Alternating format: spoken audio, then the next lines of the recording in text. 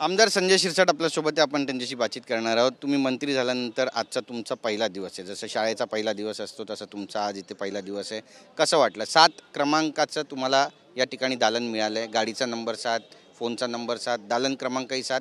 7ची नेमकं समीकरण काय?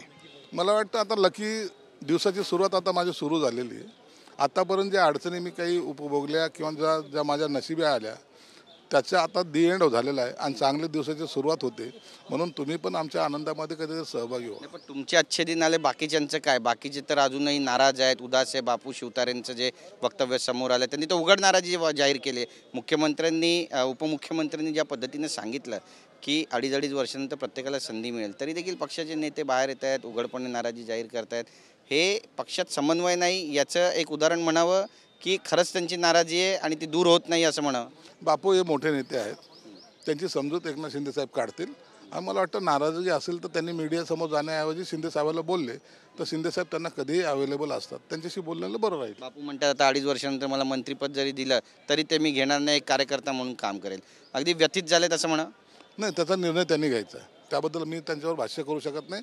त्यांनी त्यांना जो योग्य वाटेल तो निर्णय घ्यावा. सर, तुम्ही वरिष्ठ नेते आहेत, जे नाराज आहेत त्यांना तुम्ही काय सल्ला देऊ इच्छिता? कारण तुमचे सल्ले ते ऐकतात अशी माहिती आहे.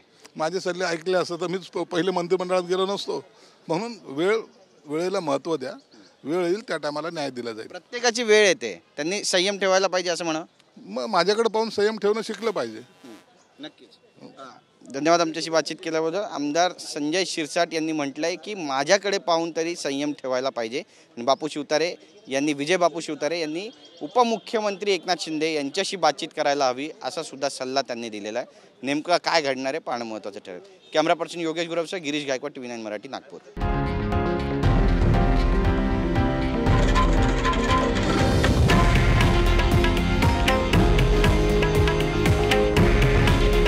हे आहे देशातील नंबर 1 न्यूज नेटवर्क आणि आपण पाहत आहात TV9 मराठी.